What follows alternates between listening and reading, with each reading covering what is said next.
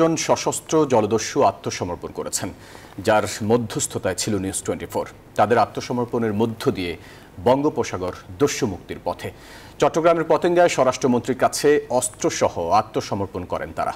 আর এই সময় আত্মসমর্পণ করা দস্যুদের কর্মসংস্থানের ব্যবস্থা করার আশ্বাস দেন স্বরাষ্ট্রমন্ত্রী।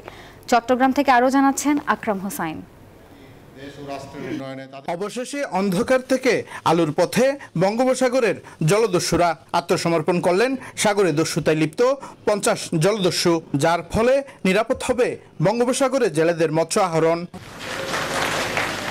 বৃহস্পতিবার দুপুরে চট্টগ্রামের পতেঙ্গা র্যাব 7-এর এলিট হলে স্বরাষ্ট্রমন্ত্রীর কাছে অস্ত্র জমা দিয়ে আত্মসমর্পণ করেন তারা। এ সময় জলদস্যুরা 35টি একনলা বন্দুক, 18টি SBBL, 17টি ওয়ান শুটার গান সহ রিভলভার, বিদেশি পিস্তল সহ জমা দেন তাদের কাছে থাকা সব অস্ত্র। আগামী দিনে আমরা একটা কর্ম করে বউ বাচ্চা নিয়ে আমরা থাকবো ইনশাআল্লাহ, আশা করছি। অস্ত্র মামলা, সরকারবাদী মামলাগুলো খারিজ করে দেবে। আলোর পথের অভিযাত্রী হয়ে আর যেতে চান না অন্ধকার পথে, তাই তাদের মামলা প্রত্যাহার করে কর্মসংস্থানের ব্যবস্থা করার দাবি জানান এই দস্যুরা।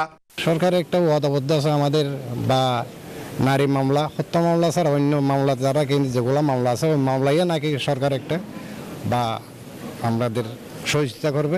ডমেক্স টয়লেট রাখে ফ্রেশ 100 ফ্ল্যাশ পর্যন্ত, তাই ব্যবহার করুন ডমেক্স ফ্রেশ গার্ড। স্বরাষ্ট্রমন্ত্রী আশ্বস্ত করেন আত্মসমর্পণ করা দস্যুদের আর্থিক সহায়তা দিয়ে কর্মসংস্থানের ব্যবস্থা করা হবে।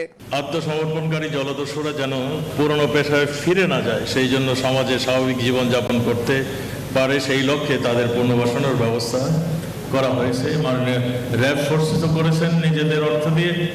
আমাদের মাননীয় প্রধানমন্ত্রী তাদেরকে বিশেষভাবে অনুদান দিয়েছেন এবং তারা আজকে স্বাভাবিক জীবনে ফিরে আসছেন। শর্তহীনভাবে চট্টগ্রাম ও কক্সবাজার জেলার উপকূলীয় অঞ্চলের 12 বাহিনীর 50 জলদস্যু আত্মসমর্পণ করলেন।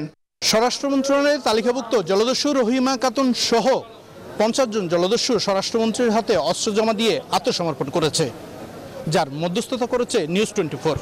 স্বরাষ্ট্রমন্ত্রী বলেছে, এখনো পর্যন্ত যারা আত্মসমর্পণের আওতায় আসেনি তাদের পরিণতি ভয়াবহ হবে, আর যারা আত্মসমর্পণ করেছে তাদের কর্মসংস্থানের ব্যবস্থা করা হবে বলে জানান তিনি। আকরাম হোসাইন, নিউজ 24, চট্টগ্রাম।